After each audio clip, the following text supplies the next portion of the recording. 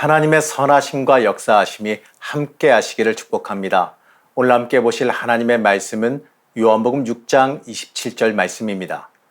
썩을 양식을 위하여 일하지 말고 영생하도록 있는 양식을 위하여 하라. 이 양식은 인자가 너희에게 주리니 인자는 아버지 하나님께서 인치신 자니라. 할렐루야. 하나님의 지키심과 인도하심이 여러분들의 삶 가운데 함께 하시기를 축복합니다. 남아프리카 초원에는요, 스프링벅이라고 하는 동물이 있다고 합니다. 이 동물은요, 시속 94km까지 달릴 수 있는데 많게는 수백 마리, 최대는 1,500여 마리까지 무리를 형성한다 그래요. 평소에는요, 평화롭게 지내지만 이 무리가 점점 커지게 되면 문제가 발생한다 그럽니다. 앞쪽에 있는 동물들이 풀을 다 먹을 것이 없어지게 되자 뒤에 있는 동물들이 앞으로 파고들게 된다 그래요. 그 결과 서로 경쟁적으로 먹이를 향해서 뛰는 일이 발생하게 됩니다. 그런데 이 경쟁이 지속되다 보면 말이죠, 목적을 잃은 전력 질주로 변하게 된다 그럽니다. 안타까운 건요, 이 달리기가 이 초원의 끝에 있는 절벽에 이르러서도 가속도에 의해서 멈출 수가 없어서 그대로 다 결국에 바다에 빠져 죽게 되는 안타까운 일이 벌어진다 그럽니다. 이것을 스프링복 현상이라고까지 불러요. 왜 이 동물들은 죽음을 향해서 달리는가? 어디를 향해서 달리는지 그 이유도 모르고 달리다가 죽습니다. 그저 낙오되지 않기 위해 이 필사적으로 뛰었는데 그 끝에는 죽음으로, 이 죽음이 기다리고 있는 안타까운 일이 벌어지는 겁니다. 저는 이 이야기를 들으면서요, 우리가 살아가고 있는 이 삶과 우리의 인생이 이들처럼 어디인지도 모르는 채 이 죽음을 향해서 달리고 있지는 않는지 생각이 들었습니다. 우리가 살아가는 세상은요, 참으로 변화가 많은 세상이죠. 아주 빠르게 변합니다. 우스갯소리로요, 쌍둥이도 세대 차이가 난다고 말해요. 이 세상이 정신 차리지 못하게 빠르게 변하고 있고 기술 속도는 더 빠르게 발전하고 있습니다. 우리는요, 이렇게 빠르게 변화하는 세상 속에서 바쁘게 분주하게 살아가요. 그런데 말이죠, 왜 이렇게 바쁘게 사는지 한번 생각해 보셨나요? 왜 우리는 무엇 때문에 이렇게 바쁘게 살아갑니까? 왜 이렇게 분주하게 살아갈까요? 무엇 때문에 때때로 주일도 지키지 못하고 기도할 시간도 없을 만큼 바쁘게 살아갑니까? 그건요, 이렇게 빠르게 변하는 세상 속에서 내가 속도를 내지 않으면 뒤처진다라는 생각 때문 아닐까요? 외국인들이 우리나라에 와서 가장 먼저 배우는 말이 뭔지 아십니까? 제가 전에 몽골 예배부를 만들어서 담당했던 적이 있습니다.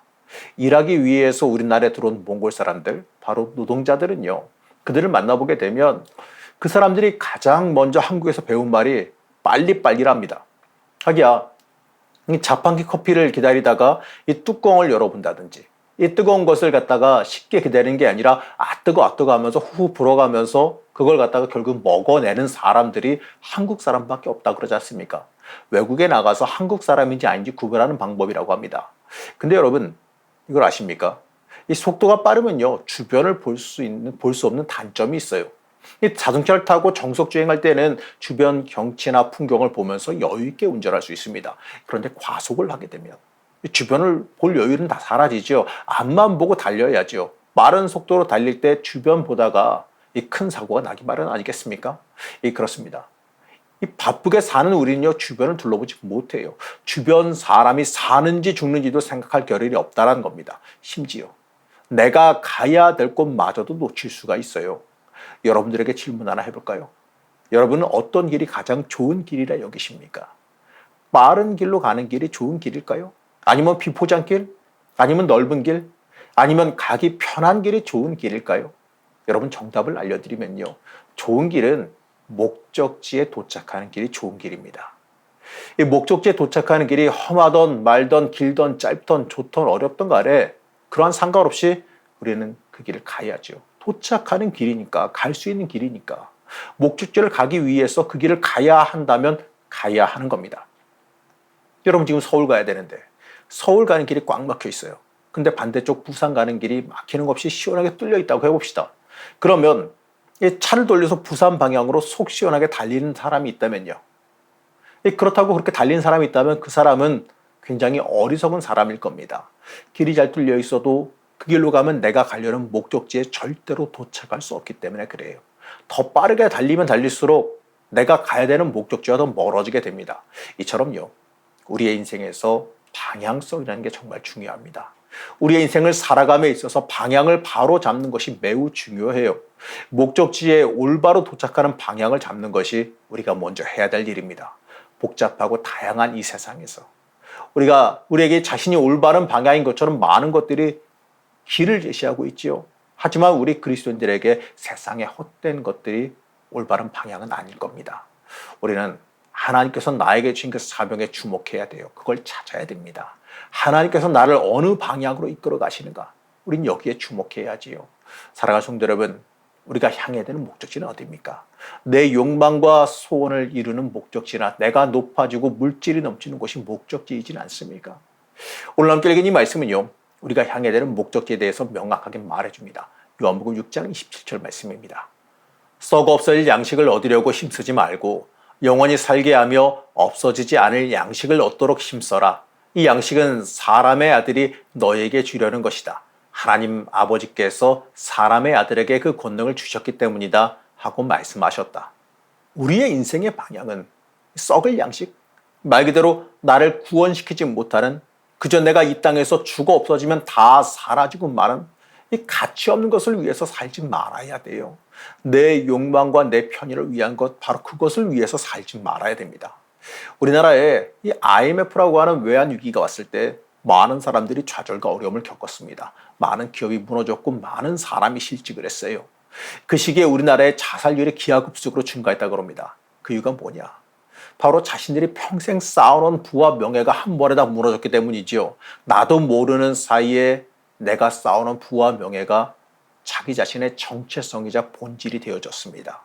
인생을 부와 명예를 쌓기 위해서 살아왔으니 당연한 결과겠지요. 그러다 보니까요, 그 자신이 그토록 소중하게 여기던 것들이 다 무너져 버리자 자신의 인생 자체가 무너지고 만 거예요. 자신의 존재 이유, 자신의 본질, 살아갈 목표와 가치를 다 잃어버렸습니다. 그러다 보니까요, 자신의 인생을 포기하고 마는 안타까운 일이 발생했지요. 열심히 하면 다시 재기할 수도 있었을 텐데 그 기회마저도 그들은 스스로 버리고 만 겁니다. 이처럼요, 이 썩어질 것을 위해서 살아가게 되면 그걸로 인해서 자신의 인생이 무너져 버리고 맙니다. 하나님께서는 우리에게 영생하도 있는 양식을 위해서 살아가라라고 말씀하시지요. 그리고 그 양식은 하나님께서 주신다라고 말씀하십니다. 바로 우리의 인생의 목적, 목표, 살아가야 되는 그 방향을 하나님께서 주시겠다라고 말씀합니다. 그렇기 때문에 내가 살아가는 인생, 내가 살아가는 목적, 그 모든 것이 세상에 헛된 것이 아니고 하나님의 영광을 위한 것이 되어야지요. 그렇기 때문에 우리는요, 어느 목적지를 향해 뛸 것인지가 중요합니다. 그리고 우리가 놓치지 말아야 되는 것이 하나 있는데 바로 인생은 속도전이 아니라는 거지요. 우리는 속도에 연연하지 말아야 됩니다. 때때로 늦는 것, 남들보다 조금 늦게 가는 것이 커다란 문제가 되지 않습니다. 중요한 건요, 방향을 바르게 잡는 것, 바로 인생의 가치를 바르게 찾는 것이 중요합니다. 유대교의 개념에 따르게 되면 생명을 시간의 개념으로 바꿔서 말합니다. 각자 주어진 양이 다르겠지만 시간이 흐르면 결국 우리에게 주어진 생명이 다 끝나기 때문에 그래요.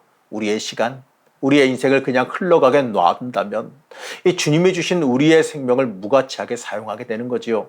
내 인생에서 주어진 하나님의 뜻을 구하고 발견하지 못한다면, 그 길을 발견하기 위해서 몸부림치지 않는다면 우리는요, 이 주님이 주신 귀한 인생을 허무하게 흘려보내게 됩니다. 우리는 내 인생을 통해서 이루려고 하시는 하나님의 뜻이 무엇인지를 발견하고 그걸 이루기 위해서 살아가야지요. 우리는 내 인생의 방향을 위해서 부르짖지 못함을 반성해야 됩니다. 하나님께서 내 인생을 주실 때 아무런 가치 없이 살라고 주시지 않았어요. 하나님께서 나를 쓰시기 위해서, 나를 통해 하나님의 놀라운 일을 이루시기 위해서 내 생명을 주셨습니다. 그렇기 때문에 내 인생을 위해서 부르짖어야지요. 내 인생의 방향이 어디인지, 어디로 달려가야 하는지, 어느 길이 하나님이 기뻐하시는 길인지 부르짖어야 됩니다. 그렇게 부르짖을 때 우리의 길이 열려요. 그럴 때 내 삶이 하나님의 예비하신 복된 통로 위에, 그 길 위에 올라서게 되는 겁니다. 하나님이 인도하시는 길이 내 인생의 목적지가 되게 해야 됩니다. 우리의 인생의 방향이 하나님께서 인도하시는 길로 방향이 잡혀 있다면 인생길의 속도가 때때로 느리더라도 걱정하지 마시기 바랍니다. 하나님 인도하시는 길이 결국은 더 빠른 길이 됩니다. 내 인생에서 방향은 정말 중요해요. 그럼 또 중요한 것이 하나 더 있는데 바로 목적지에 잘 도착할 수 있어야겠지요. 우리의 인생을 흔히 비유해서 말하기를 우리의 인생은 마라톤과도 같다라고 말해요. 이 마라톤에서 보게 되면요, 가장 경계해야 되는 것이 있는데 바로 오버페이스입니다. 이 오버페이스는 자기 능력 이상으로 쥐어짜는 것을 말하는데, 이 오버페이스를 하는 사람은요, 끝까지 완주하기가 어렵습니다. 끝까지 뛸 힘을 나눠서 써야 되는데 미리 다 써버렸기 때문이지요. 중요한 건요, 자기가 끝까지 뛸 수 있는 힘으로 나눠서 뛰는 게 중요한 거예요. 이건요, 우리가 비전을 품고 뛰어가는 우리의 인생길과도 같아요. 바로 하나님이 주신 비전을 가지고 살아가면서 내 자신에 맞는 속도로 뛰어가야 되거든요. 하나님께서는 각자에 맞는 비전도 사명도 주셨지만 그 인생에 맞는 속도도 주셨습니다. 하나님께서는 그 사람에게 가장 적합한 속도로 인도해 가십니다. 마라톤에서 보게 되면요, 이 메달을 위한 메인 선수와 그 선수의 페이스를 조절시킬 수 있는 페이스메이커가 같이 뛰어요. 이 선수가 다른 선수의 도발에 넘어가서 자기가 뛰어야 되는 페이스를 잃어버리지 않도록 막아주기도 하고, 때때로 좀 너무 느리게 가면 그 흐름을 좀 끌어주기도 하는 선수입니다. 이들의 도움으로 선수들은요, 자기의 페이스대로 뛰어서 최상의 결과를 이끌어내게 되어 있습니다. 우리의 인생이 마라톤과도 같다면 하나님께서는요, 우리의 인생을 끌어가시는 페이스메이커와 같은 역할을 하십니다. 물론 우리가 우리의 인생을 살면서 꿈을 이루기 위해서 우리의 인생에서 할 수 있는 최선은 다해야겠지요. 하지만 그것도 하나님께서 끌어가시는 그 속도에 따라야 되는 거예요. 하나님이 이끌어가시는 그 속도 안에서 최선을 다해야죠. 내 욕심껏 뛰어가는 속도에 맞추는 것이 아니라 하나님께서 조율해 주시는 그 속도를 따라가야 됩니다. 그 속도를 따라가는 것이 충성이고 비전을 바로 잡는 겁니다. 이 세상에서 가장 멍청한 사람이 누구냐? 바로 하나님보다 빨리 가려는 사람이지요. 하나님의 인도하심보다 더 빨리 가려는 사람이에요. 여러분, 하나님보다 빨리 가면요, 내가 가야 할 길을 잃어버리게 되는 거예요. 우리의 인생도요, 마찬가지 아니겠습니까? 안내해 주시고 이끌어 주시는 하나님의 손길 안에 있어야지요. 하나님께서 각 사람들에게 주신 달란트가 다 다르다는 듯이 우리에게 주어진 인생의 속도도 다 다르다는 것을 깨달아야 됩니다. 중요한 건요, 남의 보조를 맞춰가는 게 아니에요. 남들 빨리 간다고 나도 빨리 가려 해서는 안 되죠. 내가 빨리 갈 능력이 없고 내가 빨리 뛸 상황도 아닌데 남들이 그렇게 한다고 무조건 쫓아하는 것만큼 어리석은 건 없어요. 창세기에 보게 되면 에녹이라는 사람이 등장합니다. 그 에녹에 대해서 말씀하는 말씀을 읽어보게 되면 이렇습니다. 창세기 5장 21절에서 24절 말씀입니다. 에녹은 65세에 무드셀라를 낳았고 무드셀라를 낳은 후 300년을 하나님과 동행하며 자녀들을 낳았으며 그는 365세를 살았더라. 에녹이 하나님과 동행하더니 하나님의 그를 데려가심으로 세상에 있지 아니하였더라. 여러분, 이 말씀의 중요한 포인트는 하나님과 동행했다라는 겁니다. 이 평생을 하나님과 동행하는 건 하나님과 맞춰갔다는 얘기예요. 바로 하나님과 속도가 맞았다는 겁니다. 우리가 같이 길을 걸어갈 때에 그 사람과 공감하기 위해서는 속도를 맞춰서 걸어가는 게 중요합니다. 이 동행 속도가 맞아야지요. 그런데 에녹과 하나님이 동행했다는 것은요, 에녹이 하나님의 속도에 맞춰서 살아갔다는 것을 뜻합니다. 하나님과 동행한다는 것은 내가 가고 싶은 속도를 버리는 겁니다. 내가 빨리 달려가고 싶어도 하나님께서 서 계시면 서야죠. 내가 느리게 가고 싶어도 하나님께서 빨리 뛰어가게끔 나를 몰아가시면 어쩔 수 없이 뛰어가야 됩니다. 그게 동행이고 맞춰가는 거예요.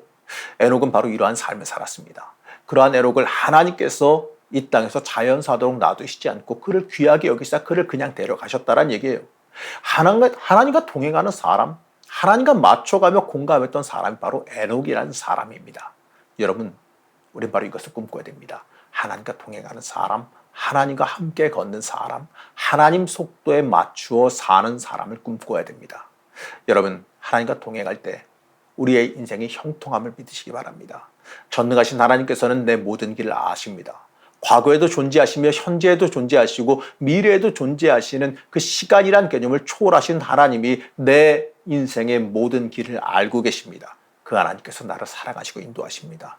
나를 가장 좋은 것으로 인도하십니다. 그렇기 때문에 우리는 하나님과 동행해야 됩니다. 하나님의 속도에 맞춰 살아가야지요. 하나님께서 이끌어 가시는 것에 철저히 순종해야 됩니다. 내 인생은 하나님과 동행할 때 승리예요. 내 인생의 앞길은 하나님이 여십니다. 사랑하는 성도 여러분, 하나님의 속도에 인생을 맞추려 노력하시기 바랍니다. 하나님의 속도가 여러분을 하나님의 목적지에 도달하게 만들어줍니다. 우리는 다윗의 위대함을 종종 말해요. 그리고 그와 같이 하나님의 복받은 자가 되기를 원합니다. 그러나 이 다윗의 위대함은 무엇을 행함에 있기보다 멈출 때 멈추는 능력에 있습니다. 멈추는 것은 절대 순종이고 하나님의 속도에 철저히 인생을 내어 맡기는 겁니다. 다윗은 하나님의 집을 갖고 싶어하는 마음을 가졌지요. 자신은 이 궁전 안에서 잘 사는데 하나님의 집인 성막이 초라해서는 안 된다는 마음을 품었어요. 참 선하고 귀한 마음 맞습니다. 그러나 하나님께서 다윗의 이 선한 소원을 거절하셨어요. 이 다윗의 손에 피를 너무 많이 묻혔기 때문이라고 말씀하지요. 이 자신의 욕망을 따르는 사람이었다면 아마도 아니 하나님 손에 묻은 피 정도야 닦으면 그만 아니겠습니까? 다 하나님의 일을 위해 하다가 이렇게 된 건데 좀 봐주십시오 이러면서 욕심껏 성전 건축을 강행했을지도 몰라요. 하지만 다윗은 그 말씀을 듣고 멈췄습니다. 바로 멈출 수 있었기 때문에 하나님의 말씀에 순종할 수 있었기 때문에 위대하게 쓰임 받은 거 아니겠어요? 그리고 그 뒤에 자신의 아들이 후계자가 성전을 지을 수 있도록 물자의 준비를 하기 시작합니다. 그 모습이 하나님 보시기에 정말 선했어요. 우리의 인생이 그러해야 됩니다. 하나님께 맞춰야 돼요. 하나님께서 하라고 하시면 하면 됩니다. 하나님이 최우선이어야지만 합니다. 하나님의 속도, 하나님의 방향에 내 인생을 맞춰야 됩니다. 바로 우리의 모습이 이래야지요. 세상에서 주는 거짓된 비전에 현혹되지 말고 오직 하나님께서 주시는 그 거룩한 비전에 인생의 귀가 열려져야 됩니다. 하나님의 음성 듣기를, 하나님의 그 비전을 받기 위해서 우리가 힘써야 됩니다. 하나님 앞에서 하나님의 음성 앞에 민감해져야 돼요. 하나님을 갈망하고 하나님의 음성 듣기 위해서 대기하고 있는 사람들은요, 그 음성을 듣게 돼 있습니다. 영적으로 깨어서 준비하고 있는 사람들은 그들의 삶에 하나님께서 나아갈 방향을 인도해 주십니다. 내 인생의 길은 오직 주님만이 아십니다. 하나님 붙잡고 그가 인도하시는 그 속도에 맞춰서 살아가야지요. 바로 오늘 말씀의 제목처럼 예수님이 인도하시는 그 길로 우리가 따라가야 됩니다.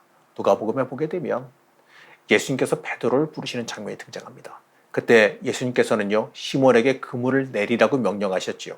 사실 그 지역의 물고기 사정은요, 그 지역 어부가 가장 잘 알지 않겠습니까? 그들이 고기를 잡아야 되는 시간에 잡지 못하고 그물을 손질하려고 할 때, 지금 그물을 던져봤자 별 수확이 없는 것은 어찌 보면 그들에게는 상식과도 같을 때였습니다. 하지만 베드로는 이렇게 대답해요. 누가복음 5장 5절 말씀입니다. 시몬이 대답하여 이르되 선생님 우리들이 밤이 새도록 수고하였으되 잡은 것이 없지만은 말씀에 의지하여 내가 그물을 내리리이다. 이렇게 말씀에 의지하여 그물을 내렸을 때 그물이 찢어질 정도로 이 2배에 가득 찰 정도로 많은 물고기가 잡히게 됐습니다. 이처럼 때때로 이 주님께서 인도하시는 그 길이 우리의 상식을 벗어날지라도 우리의 욕망과 반대가 될지라도 우리는 따라가야 되는 겁니다. 이 전지전능하신 하나님의 인도하심 따라가야 됩니다. 사랑하는 성도 여러분, 하나님의 역사하심과 기적을 여러분의 인생을 통해서 체험하길 원하십니까? 우리의 인생은요, 속도가 아니라 방향이에요.